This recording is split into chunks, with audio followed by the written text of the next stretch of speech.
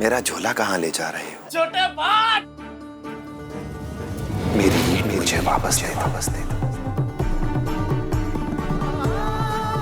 मेरी ईंट मुझे वापस दे दो। मेरी ईंट मुझे वापस दे दो।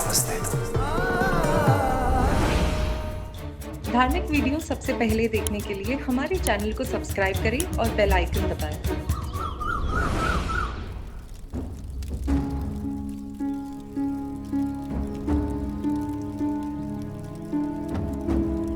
इंतजाम हुआ पैसों का? थोड़ा सा तो कर्जा लिया था आपने। समझ नहीं आता कि इतने सालों से आप पैसा लौटा रहे हैं तो अभी तक कर्जा चुका क्यों नहीं? आप जो पैसा देते हैं वो जाता कहाँ है? कभी हिसाब किताब किया है आपने? ऐसा कैसे कह सकती हो तुम कि पैसा जाता कहाँ है? हर महीने जाकर सरकार को ब्याज देकर आता हूँ। पिछले महीने से किस्त जमा नहीं कर पा रहा हूं और हिसाब सरकार से हिसाब लूं? मेरे कहने का वो मतलब नहीं था। आप पैसा दे रहे हैं तो हिसाब किताब रख लेना चाहिए ना आपको। कागज पत्तर देख लेना चाहिए। अगर पढ़ना लिखना आता तो कागज देख लेता, हिसाब किताब रखता। अपने लिए तो काला अक्षर भैंस बराबर। और खाता देख भी लूं तो हम क्या कर लेंगे? सच तो यह है कि सरकार के हुक्म के आगे कोई नहीं बचा। ये घर तो गया, ये घर तो गया। फिर हम कहाँ जाएंगे? अब हमें इस मुसीबत से कौन निकालेगा? मैं मदद करूंगा।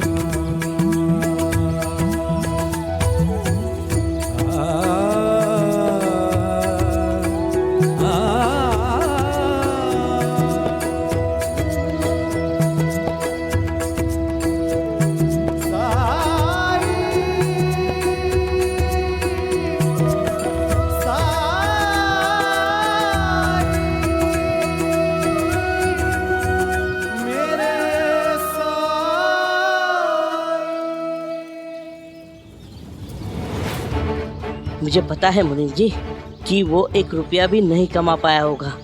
अगर हमने उसका अब भी घर खाली कर दिया तो हमारे लिए बहुत अच्छा है और उसके पास हमें रोकने के लिए कुछ नहीं है।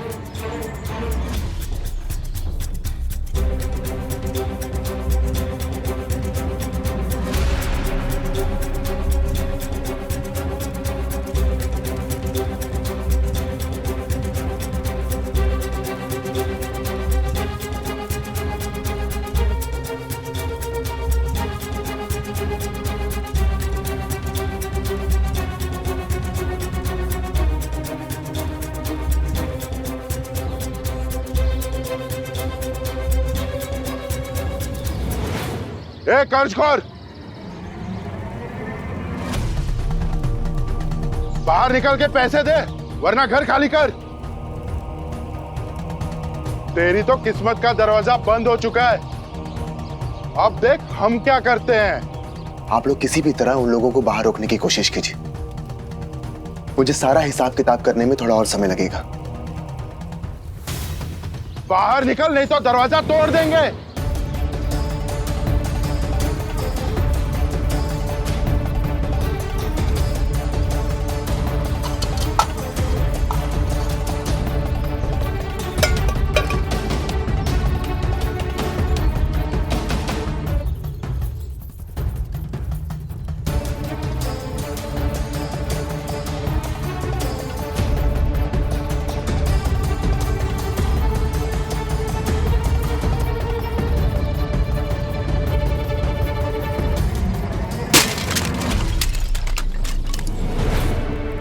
देखिए, इससे पहले कि वो लोग और नुकसान करें, आप लोग चाहिए, मैं आता हूं।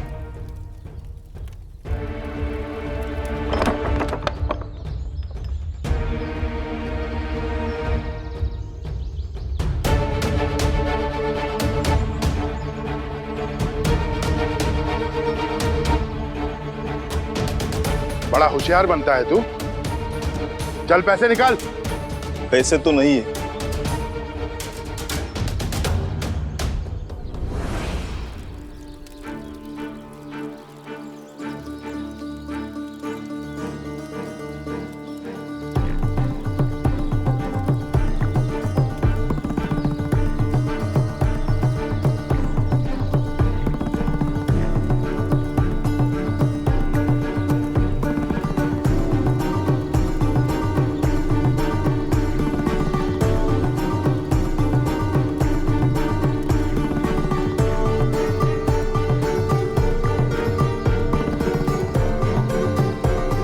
अब बस उसके आने का इंतजार। आ गया, आ गया।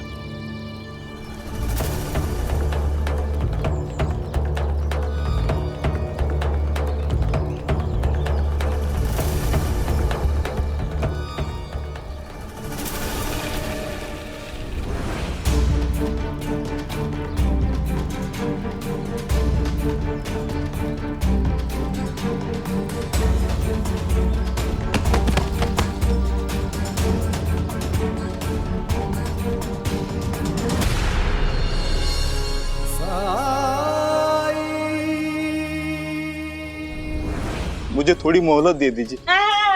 देखा कहा था ना मैंने, इसके पास तो पैसे ही नहीं है। चल निकल, घर खाली कर। अब ये घर सरकार का हुआ।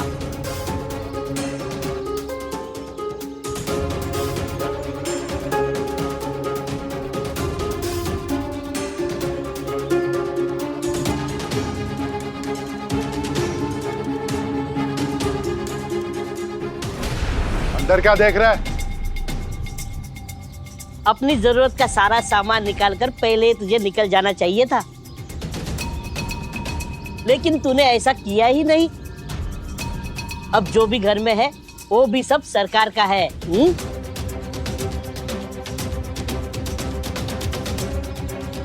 रहम कीजिए, रहम कीजिए हम पर। देख क्या रहे हो, कब्जा कर लो। रुको।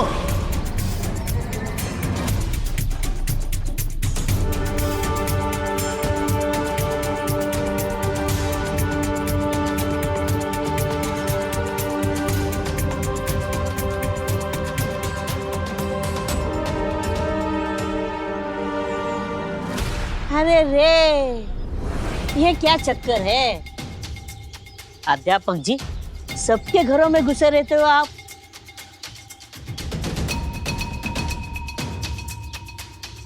खैर, इस बात से मुझे क्या लेना देना। चलिए आप भी निकलिए। अब इस घर पर सरकार का कब्जा हो चुका है। क्यों? क्यों? क्योंकि समय पर इसने अपने सरकार के कर्जे के पैसे नहीं चुकाए। पैसे? कितने? पूरे 15 रुपए। वही जो 10 साल पहले इस गरीब ने उधार लिए थे। हाँ। और जिसके लिए पिछले 10 सालों से ये हर महीने पैसे चुकाता रहा है। और अब तक इसने सरकार को 30 रुपए चुका दिए हैं।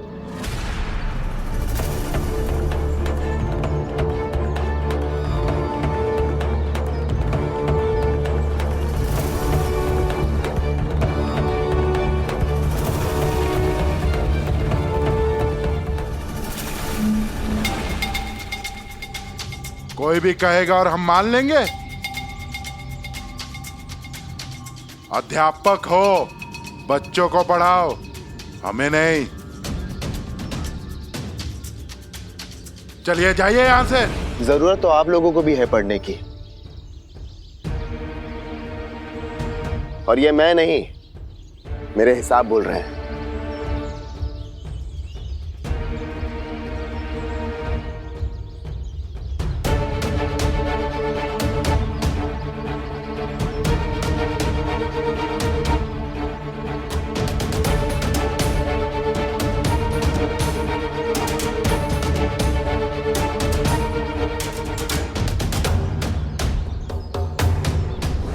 शर्म आनी चाहिए आप लोगों को, एक लाचार का गलत फायदा उठाते हुए। पैसे तो इसे मांगने चाहिए आप लोगों से, वो भी सूद सहित, जो आप लोगों ने ऐंठे हैं इससे। ए अध्यापक, हम इज्जत दे रहे हैं तुझे और तू हमारी इज्जत लेने पे तुले। तेरी हिम्मत कैसे हुई सरकार के काम में टांग अड़ाने की? तू जानता नहीं है इसका नतीजा क्या होगा? अरे अंता जी शांत हो जाइए, सारे गांव वाले देख रहे सुन रहे। अगर कहीं बात बढ़ गई तो ये सारे गांव वाले अपनी परेशानी लेकर इनके पास जाएंगे। और ये मत भूलिए कि ये सरकारी कर्मचारी है। अध्यापक जी, गलती तो इंसान से होती है, मुझसे भी हुई होगी। मेरी आंखें जरा कमजोर है, लेकिन नियत नहीं। हाँ, अगर आप कह रहे हो तो ठीक ही होगा। आपके तसल्ली के लिए मैं इसका पूरा कर्जा उतार दूंगा। आप आगे निश्चिंत रहिए। हाँ।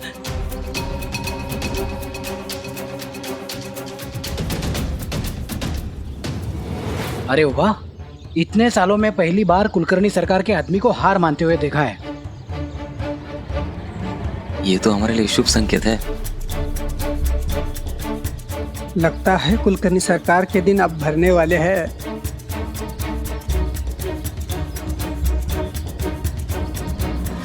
जब घर वाले बगावत पर उतर आते हैं ना, तो सोने की लंका भी ढह जाती है।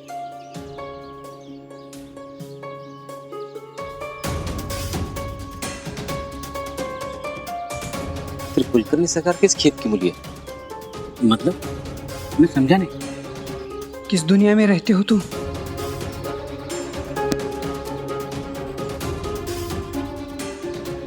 सरकार का बेटा वो केशव, वो तो सरकार के पहले ही खिलाफ था। अब उनका भांजा वो गोविंदा, उसने होलिका दहन की रात सबके सामने सरकार की इज्जत धो डाली। क्या नहीं कहा था उसने? अब तो सुनने में आया है कि सरकार की बहन भी।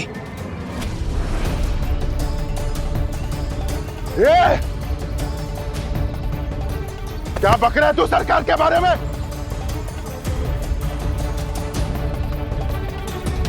तेरी तो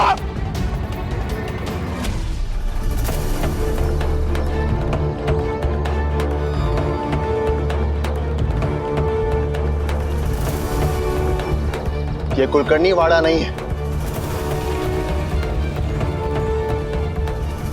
जाओ, दफा हो जाओ यहां से। अंता जी चलिए चलिए, आप चलिए। चलो चलो।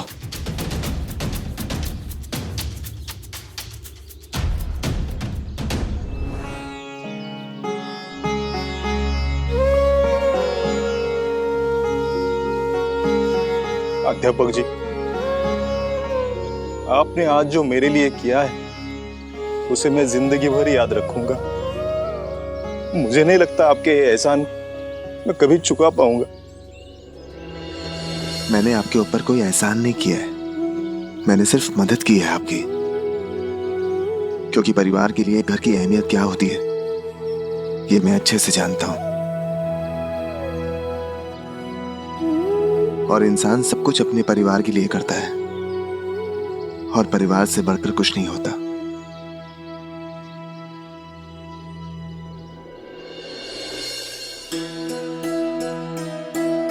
अब आप लोगों को आपके घर से कोई नहीं निकाल सकता। अच्छा, मैं चलता हूं।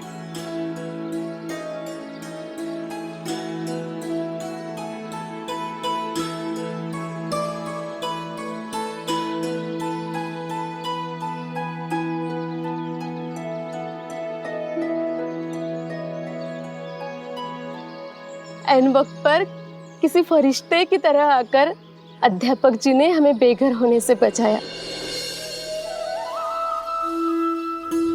कौन जाने शाम तक कोई फरिश्ता आए और आपकी मदद कर दे, इसलिए श्रद्धा और सबूरी रखिएगा। मैं अभी आया। अरे रुकिए।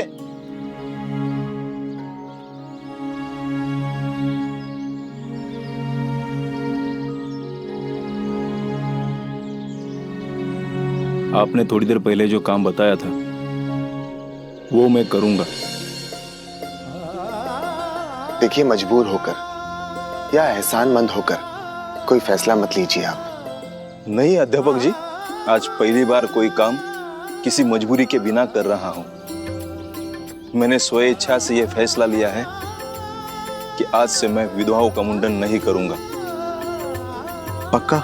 बिल्कुल पक्का, क्योंकि मैं भी इस नाई समुदाय का एक हिस्सा हूं। शहरों में अगर मेरे भाई बंधु इस समाज की कुरीति को समाप्त करने में मदद कर रहे हैं तो मैं भी मदद करूंगा। मैं जानता हूं विधवाओं का मुंडन करने जब मैं उनके घर जाता हूं तो मुझे देख के उनके चेहरों पे मातम छाता है,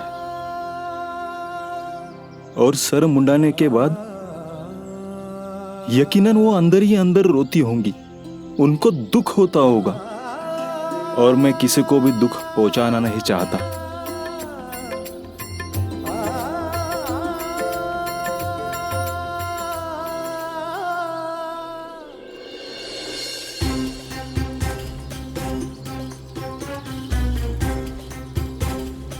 चल छोटे, अच्छे से बिखेरना। पूरे द्वारका माई में गंदगी ही गंदगी होनी चाहिए। चल।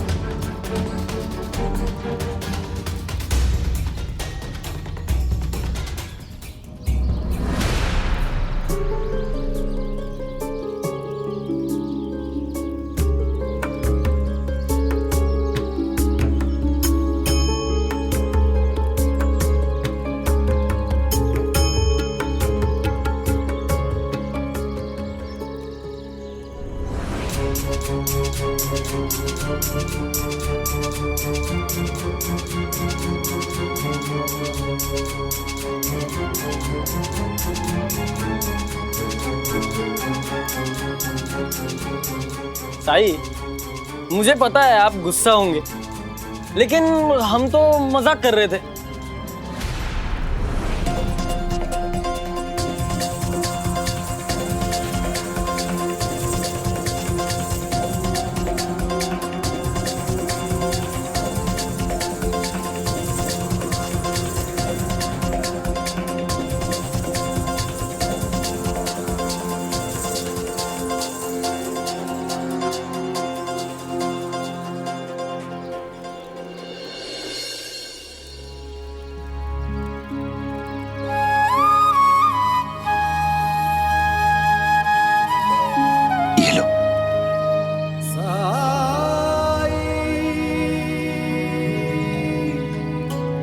आप हमें आम क्यों दे रहे हैं? ले लो।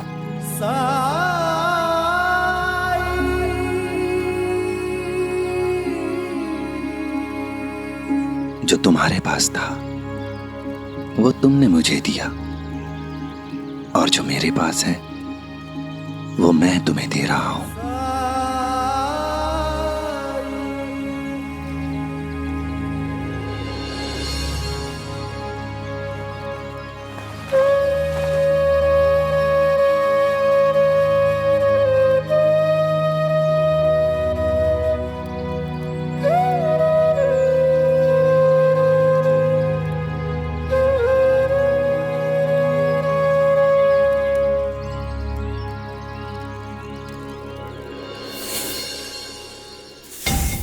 छोटे, इसने तो हमारी बेइज्जती कर दी, ये कहकर कि हमारे पास सिर्फ कचरा है, गंदगी है।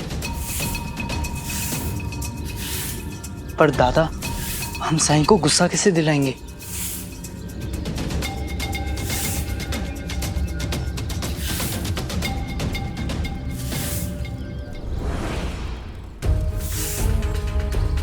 अभी कुछ नहीं, थोड़ी देर बाद वापस आएंगे, फिर करेंगे। चल।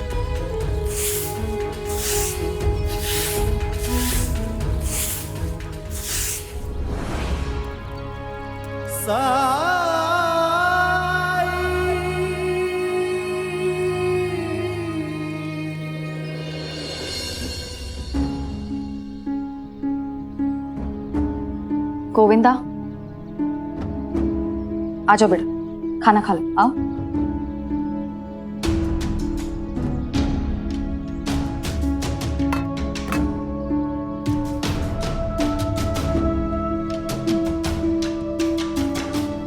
और आप?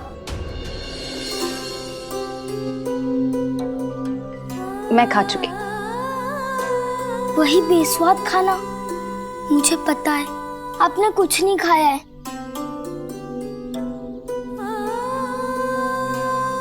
नहीं बेटा, सच में मैंने खाया, इतना बेकार भी नहीं था।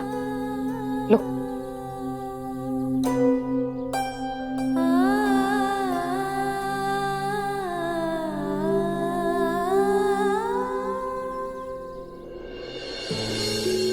लीजिए ना, खाइए।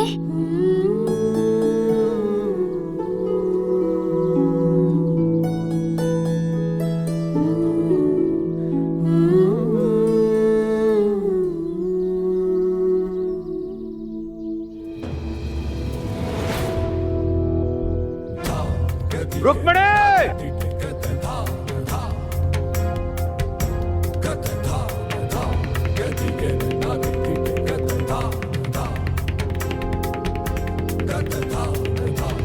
ध्यान कहां रहता है तुम्हारा? क्या कहा था मैंने तुम्हें कि इसे कहो कि ये विधवा की भांति रहे, विधवा की तरह व्यवहार करे, खाए पिए। अहो, शांत हो जाइए। चिवताई ने अपने लिए सादा खाना ही बनाया था और वही खाया उन्होंने। चुप बैठो। मैंने अपनी आंखों से देखा है कि गोविंदा इसे खिला रहा था, और ये भी खा रही थी चटोरनी की तरह, फुक्कड़ कहीं की। मामा जी, वो मैंने इचने वाला खिलाया, वो भी जबरदस्ती, और आप? तो चुप कर। बच्चा वो है, उसकी मां नहीं। अगर गोविंदा को अपनी मां को खाना खिलाना है तो वो खाना खिलाए जो वो अपने लिए बनाती है।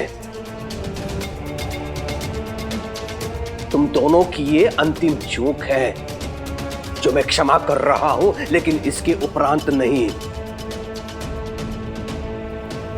अगर दोबारा ये दृश्य दिखाई दिया तो इसकी मां को बाद में, पहले गोविंदा को। बस करो दादा, बस करो।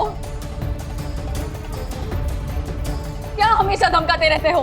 ये कर दूंगा, वो कर दूंगा। एक गलती की सजा दे रहे हो ना, वो क्या कम है? आज भी मैं वही कर रही हूँ जो तुमने कहा है। और क्या चाहते हो तुम मुझसे? अरे बच्चा है वो, एक निवाला खिला दिया और मैंने भी वो खा लिया तो कौन सा बड़ा पहाड़ टूट पड़ा?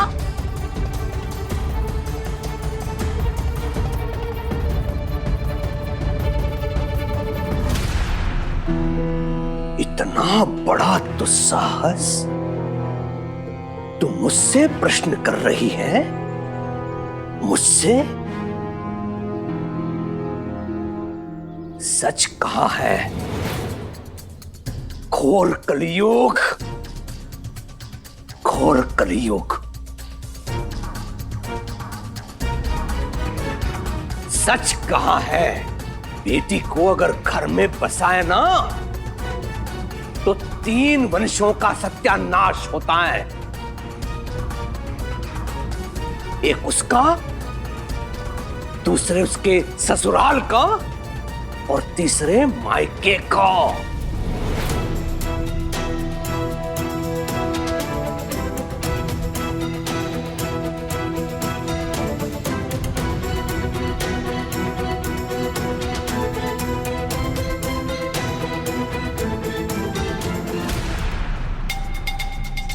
सरकार,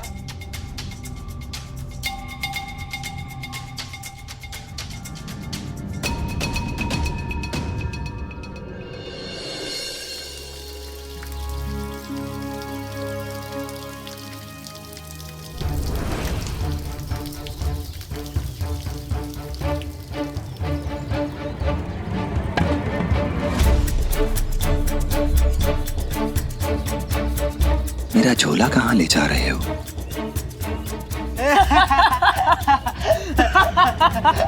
छोटे बाघ!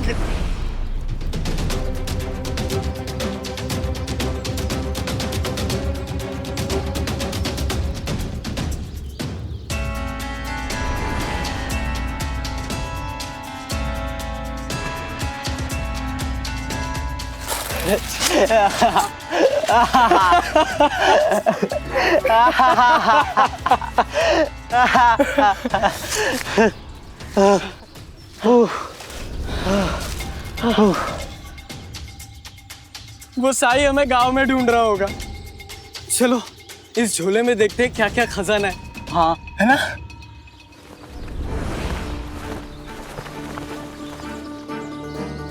इसमें तो बहुत सारे फल हैं।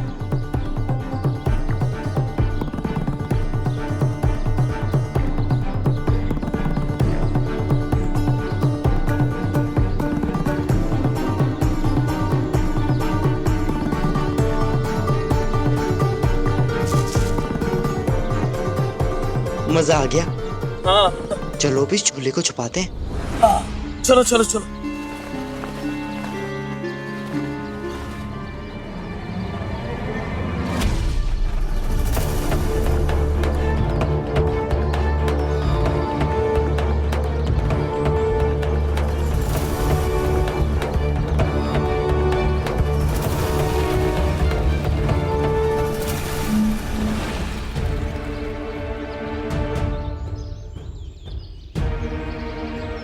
फलों का आनंद तो ले लिया, अब मेरा झोला तो दे दो। इतनी आसानी से देना होता तो इसे लेकर हम यहाँ क्यों आते?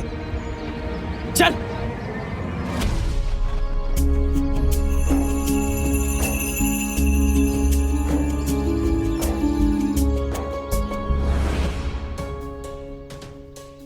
सरकार, लोग तो ये कह रहे कि आपकी बहन भी आपकी बात नहीं मानती। ये भी कह रहे थे कि आपके घर पे ही नियंत्रण नहीं है, और ये भी कह रहे थे कि आपकी अपने घर पे ही नहीं चलती तो गांव वालों पे क्या चलेगी।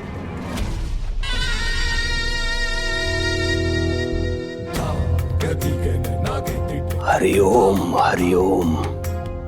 चींटी की जब मौत आती है तो उसके पर निकल आते हैं। गांव वाले मेरे बारे में बोलकर मुझे चुनौती दे रहे हैं। यदि शीघ्र मैंने कुछ नहीं किया तो उनके मन में मेरे लिए जो डर है वो निकल जाएगा।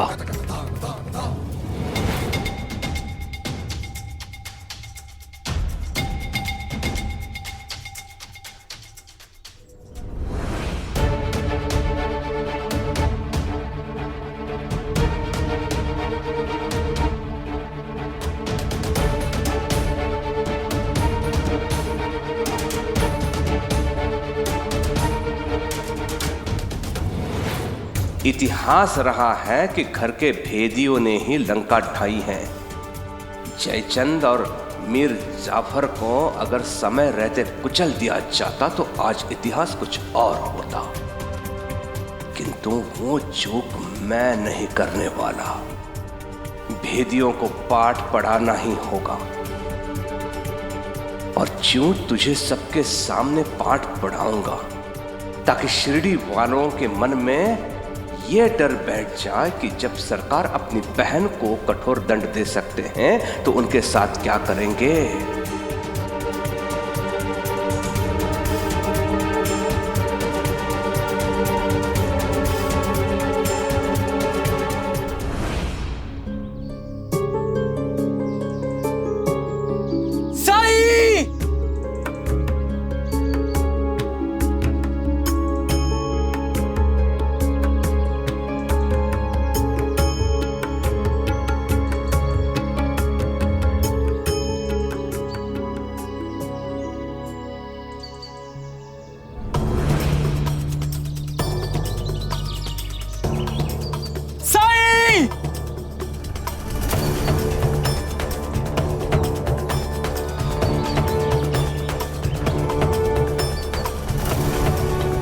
साईं, अब उसे मजा चखाते हैं।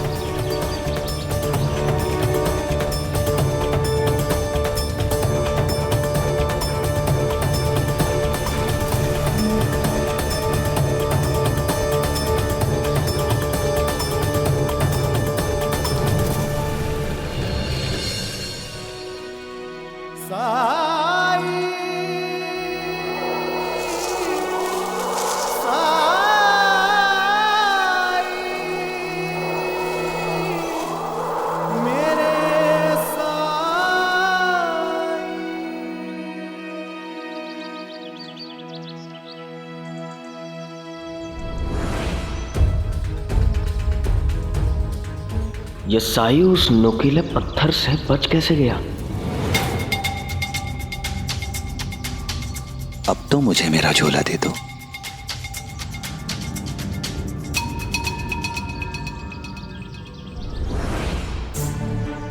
ये ईंट तुम्हारे गुरु की ईंट है ना? काफी पुरानी ईंट लगती है।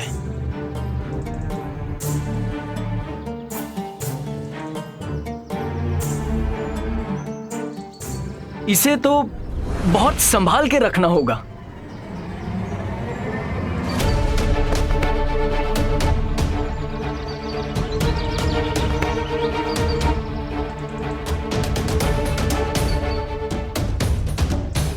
ऐसे बात नहीं बनने वाली। साई को लग रहा है कि हम ईंट तोड़ेंगे नहीं।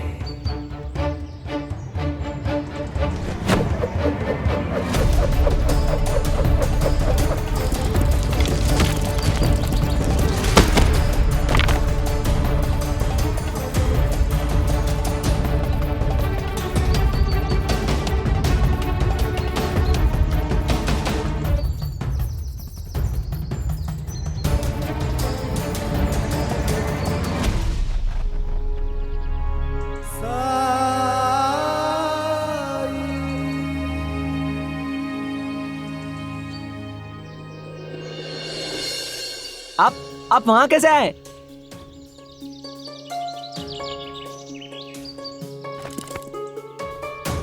ये आपको चाहिए ना? तो आइए, मुझसे लड़िए, मेरे हाथों से छीनिए ये। नहीं तो ये ईंट आपको नहीं मिलेगी। लीजिए लीजिए लीजिए लीजिए।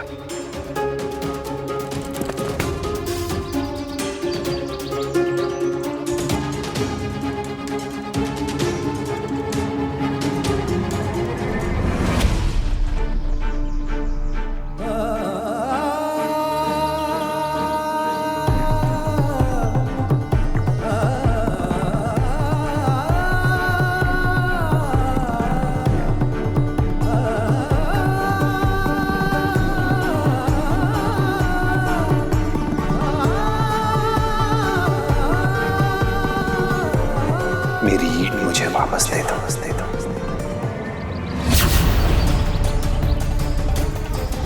मेरी ईंट मुझे वापस दे दो। मेरी ईंट मुझे वापस दे दो।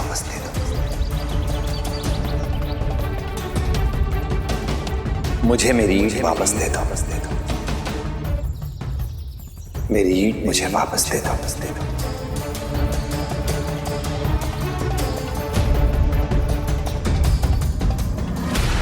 मेरी ईंट मुझे वापस दे दो।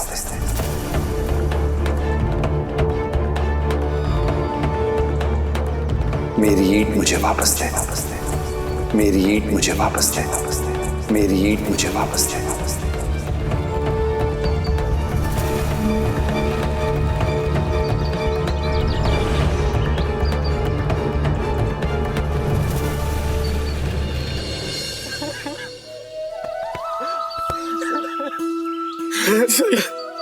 साई हमें माफ कर दो साई, हमसे बहुत बड़ी गलती हुई साई।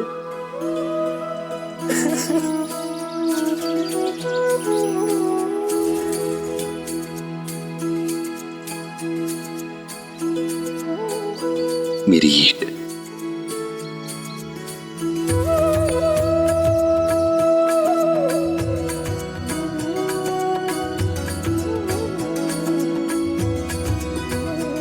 झोला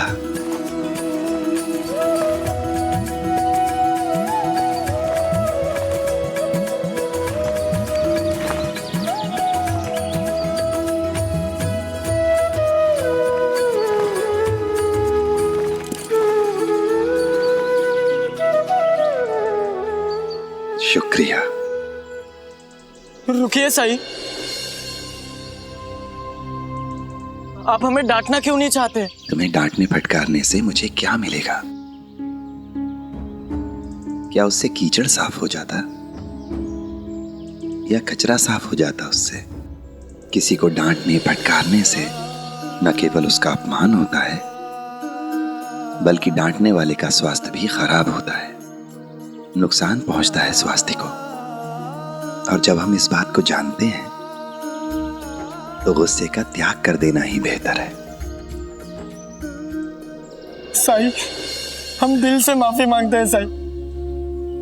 हमने आपको बहुत परेशान किया, लेकिन फिर भी आप मुस्कुराते रहे। क्रोधात् भवति सम्मोह, सम्मोहात् स्मृति विभ्रम, स्मृति भ्रंशात् बुद्धिनाशो, बुद्धिनाशात् प्रणश्यति।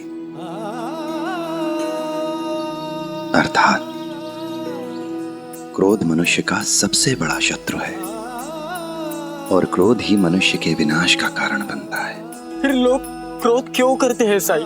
जब इंसान को अपने अहम पर खतरा नजर आता है तो अहम की रक्षा करने के लिए क्रोध उत्पन्न होता है। तो उसका क्या उपाय है साई? खुद को अहम से दूर रखने का प्रयास करना चाहिए। मैं को सबसे मिला दो, खुद को संसार से अलग मत समझो। सब एक हैं, एक ही ऊर्जा, एक ही शक्ति से बने हैं। अपने सुख दुख को दूसरों के सुख दुख से जोड़ दो। अपने सुख से पहले दूसरे के सुख का ख्याल रखो। अपने दुख से पहले दूसरों के दुख को समझो, और वो भी बिना किसी अपेक्षा, बिना किसी स्वार्थ के। जैसे जैसे मैं का भाव मिटता जाएगा, क्रोध भी दूर होता जाएगा। राम जी भला करे।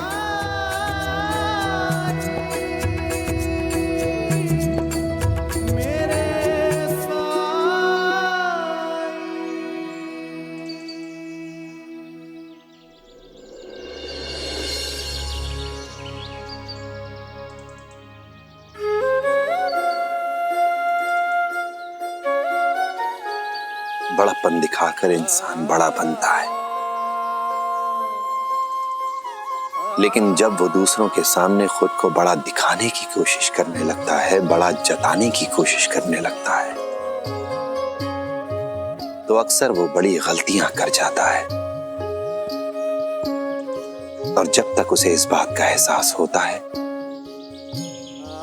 तब तक बहुत देर हो चुकी होती है।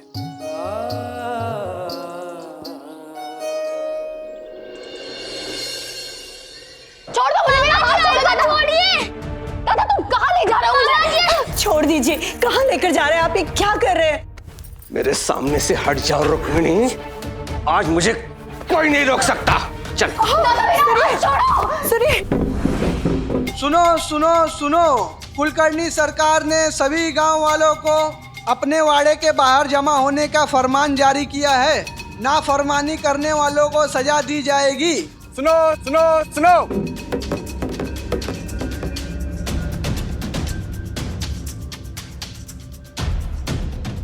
अरे छोड़ दीजिए मुझे, चलो जल्दी, छोड़ दीजिए। कहाँ लेके जा रहे हैं मुझे? छोड़िए, छोड़िए मुझे, छोड़ दीजिए ना उन्हें, छोड़ दीजिए। अरे मैंने किया क्या है? छोड़ दीजिए ना उन्हें। चुप कर, छोड़ो। सरकार ने बुलाया। चलो हट। छोड़िए मुझे, छोड़िए, छोड़िए। अध्यापक जी मदद कीजिए, अध्यापक जी मदद कीजिए। छोड़िए, अरे छोड़ दो उसे। छोड़े ना, छोड़े। क्यों कर रहे हो ऐसा? सरकार के आदेश में बाधा मत बनिए। छोड़ो अध्यापक जी मदद कीजिए। अध्यापक जी छोड़ो ना, छोड़ो। पता नहीं सरकार अब कौन सी नई चाल चलने वाले हैं। दादा मेरी बात सुनो दादा। सुनिए दादा, क्या कर रहे हो? बहन हूँ मैं तुम्हारी। दादा कहाँ ले जा रहे हो मुझे? मामा जी छोड़िए आइको, मामा जी छोड़िए। दादा भगवान के लिए छोड़ दीजिए। घर की बात कौन ले जाता है? क्या लोग क्या कहेंगे? घर से बाहर जाने का बहुत शौक है ना तुम्हें? हाँ? मेरे आदेश की अवमानना करने का शौक है ना? चल, आज सबके सामने मैं तेरा उदाहरण प्रस्तुत करता हूँ। चल।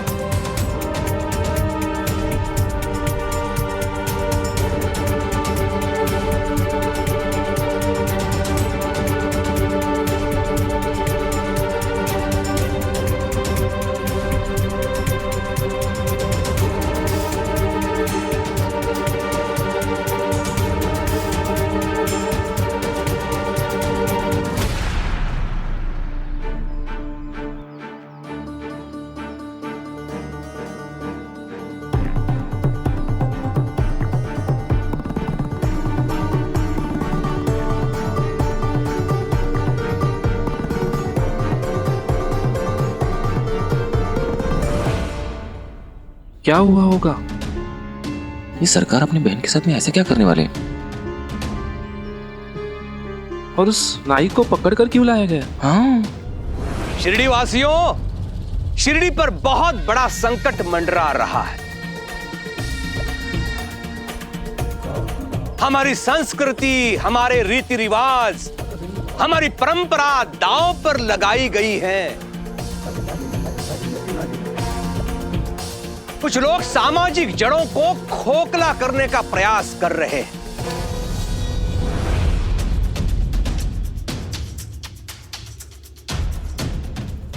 मैं बाहर के लोगों को कैसे कुछ बोल सकता हूं जब मेरे अपने सगे मेरे विचारों का आचरण नहीं कर रहे हैं। ये मेरी सगी बहन, ये विधवाओं के नियमों को तोड़ने जा रही है। सत्य तक पहुंचने में मुझे विलंब हुआ, लेकिन मैं ये अपनी चूक जरूर सुधारूंगा।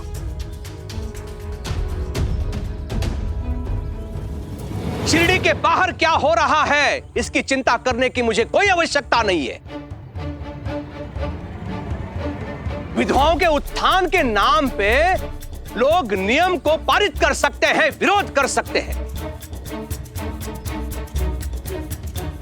मुझे लगता है ये वो लोग हैं जो पाश्चात्य संस्कृति का अनुकरण कर रहे हैं।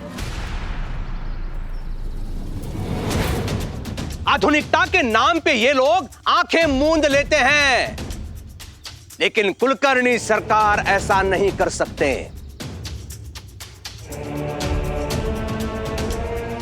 हमारे पुरखों ने जो सामाजिक मानदंड स्थापित किए हैं, इसे कुलकर्णी सरकार किसी को तोड़ने नहीं दे सकते।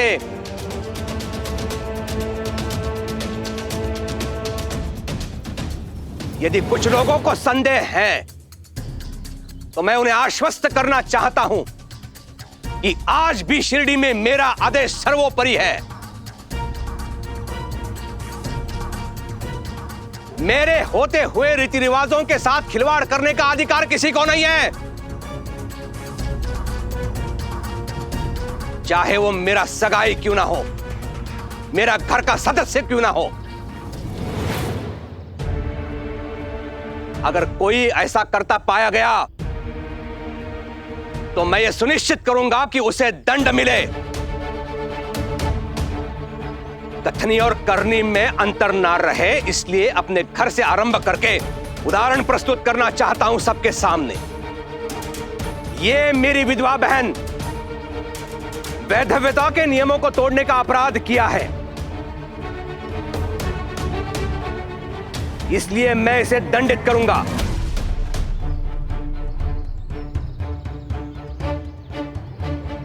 और दंड यह है कि सबके सामने इसका मुंडन करवाऊंगा।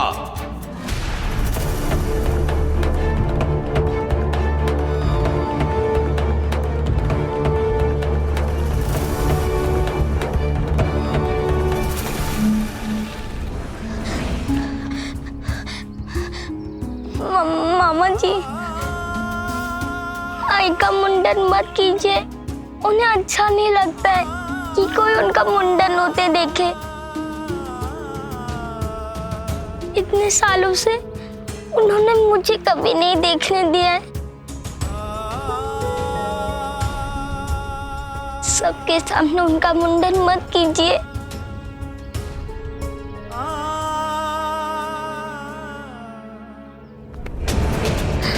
तेरे आई को यह पता होना चाहिए था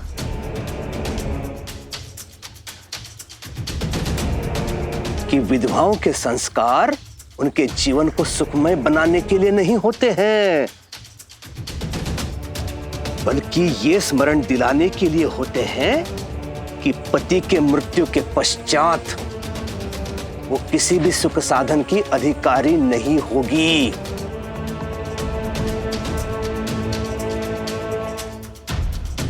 समझे? चल जा।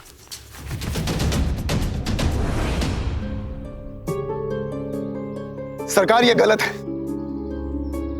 बंबई और पूना जैसे नगरों में लोग इस कुप्रथा को खत्म करने की कोशिश कर रहे हैं और आप अपनी ही बहन पर जुल्म ढा रहे हैं।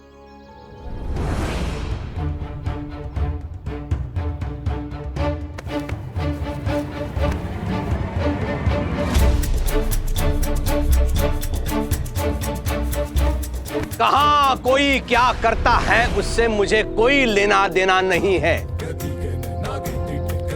शिरडी मेरी है और यहां वही होगा जो मैं चाहूंगा।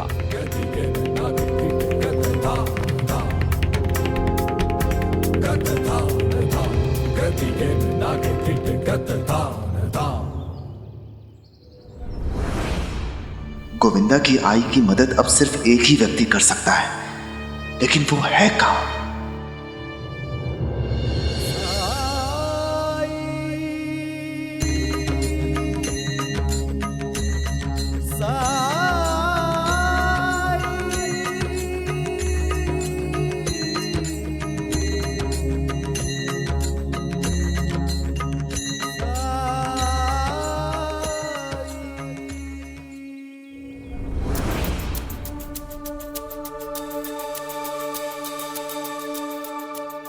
चल आराम कर।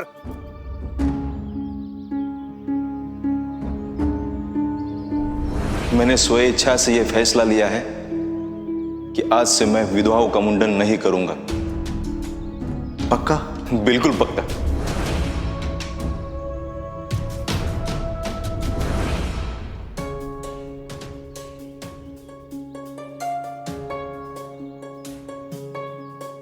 माफी सरकार, छोटा मुंह बड़ी बात, लेकिन ये मुझसे नहीं होगा।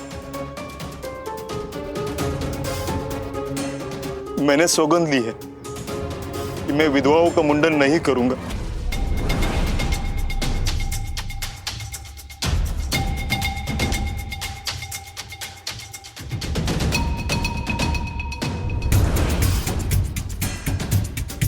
क्या बोला तूने? नहीं करेगा? नहीं करेगा? हाँ? नहीं करेगा? हाँ?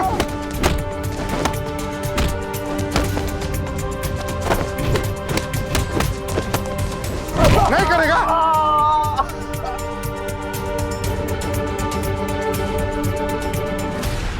तेरा इतना दुस्साहस कि तू मुझे ना कहे? हाँ?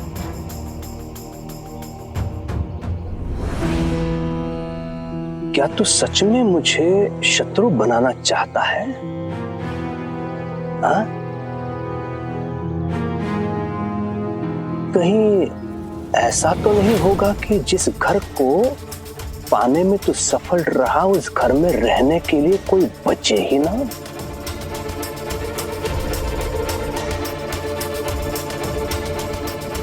हरिओम हरिओम।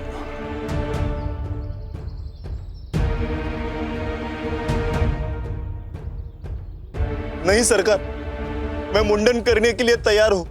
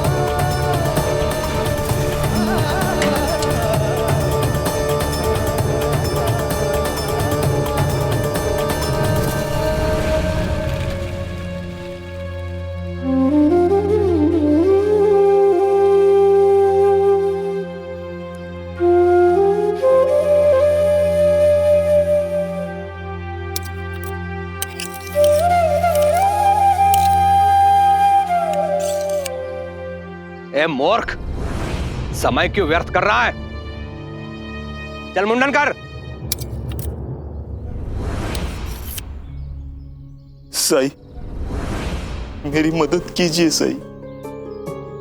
अब ये पाप मैं नहीं करना चाहता हूं। च्युताई, आप साई को नहीं जानती है, उनके चमत्कारों को नहीं समझ पाएंगी। मैं मानती हूं उन्होंने हमेशा मेरी मदद की है। जब जब मुझे मदद की जरूरत पड़ी है तब तब उन्होंने मेरी मदद की है।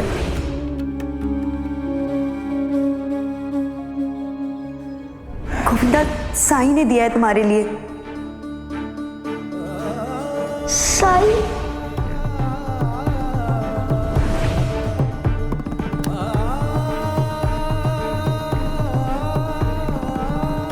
आई, मुझे ठीक लग रहा है। मदद साई, मदद। साई साई साई साई।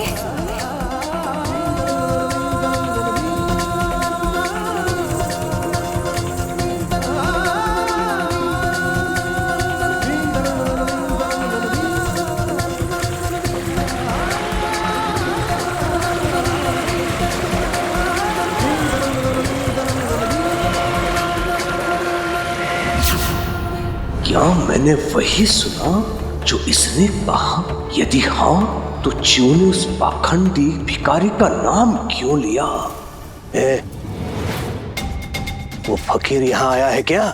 नहीं नहीं सरकार, वो तो आपके डर से कहीं दुम दुबा के भाग खड़ा हुआ है।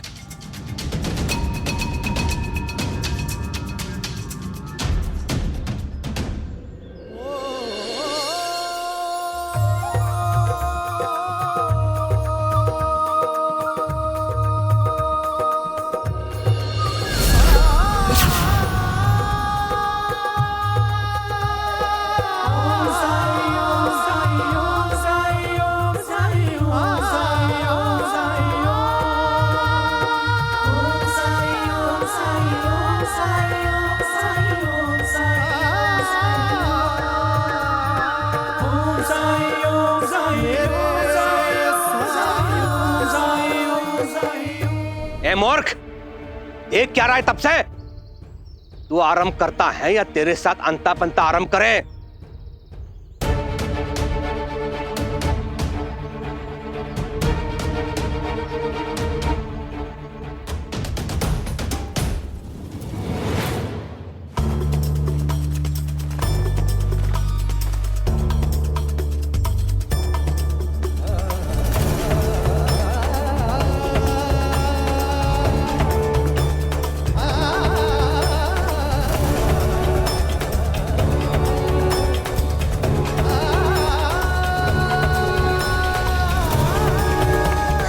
मामी जी, रोकिए ना मामा जी को।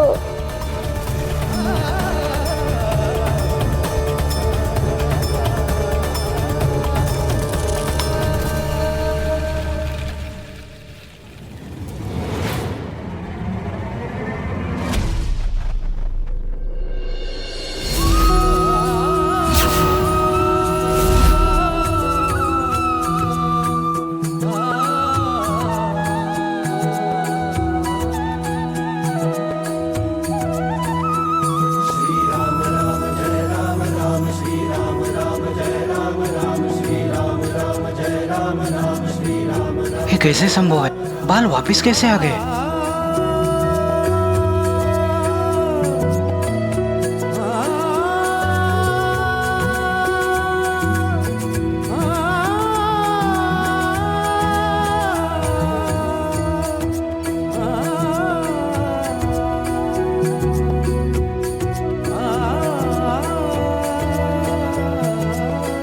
ए, ठीक से वस्त्रा चला।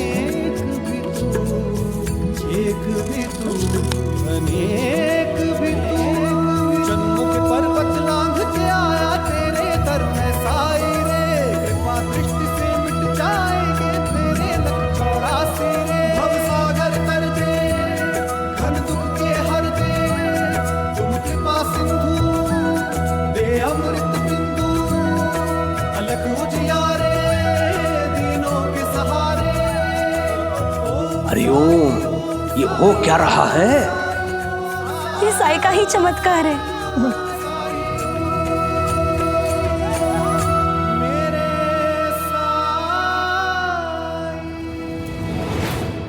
नहीं, उस फकीर को फिर से जीतने नहीं दे सकता। उठ,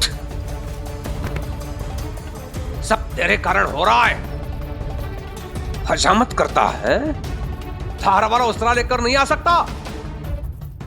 तेरे उस्तरा के कारण मुंडन नहीं हो पा रहा है। सरकार, मैं खुद नहीं जानता ये क्या हो रहा है। ताई की बाल बहाने बना रहा है। चल जा यहां से।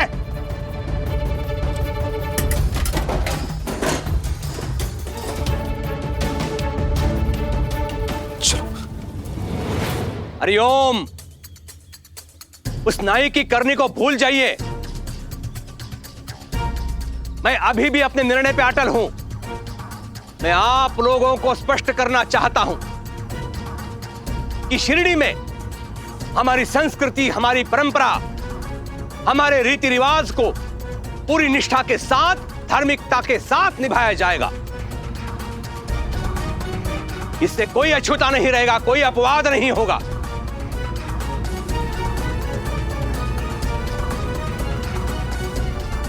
क्यों? अब सबको बताओ कि भविष्य में तुम कभी भी किसी प्रथा का उल्लंघन नहीं करोगी।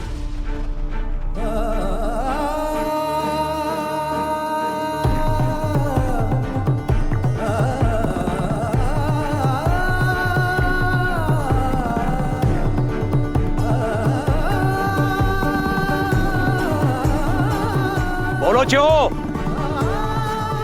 को वो फकीर कहीं पे दिखाई तो नहीं दे रहा है। कहीं वो फकीर मेरे बहन को भी अपने वश में ना कर ले। मैं उसे ऐसा करने नहीं दूंगा। जो यदि तुम सबके सामने स्वीकार करती हो, सारी प्रथाओं का पालन करने की हामी भरती हो, तो तुम्हारी पिछली सारी कृतियों को क्षमा कर दूंगा मैं।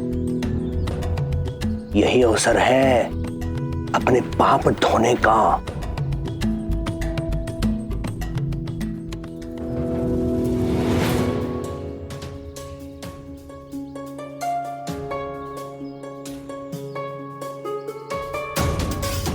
मत भूल, तूने मेरा नमक खाया है।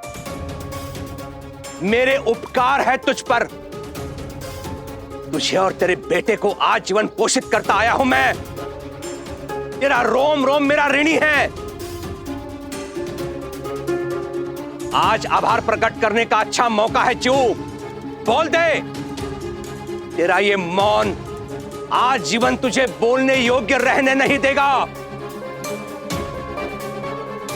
तेरी ये चुप्पी तुम्हें भारी पड़ेगी। चू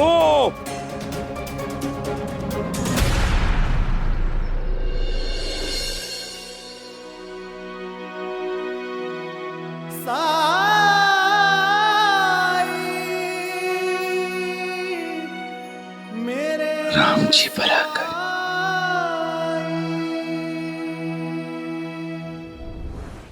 धार्मिक वीडियो सबसे पहले देखने के लिए हमारे चैनल को सब्सक्राइब करें और बेल आइकन दबाएं।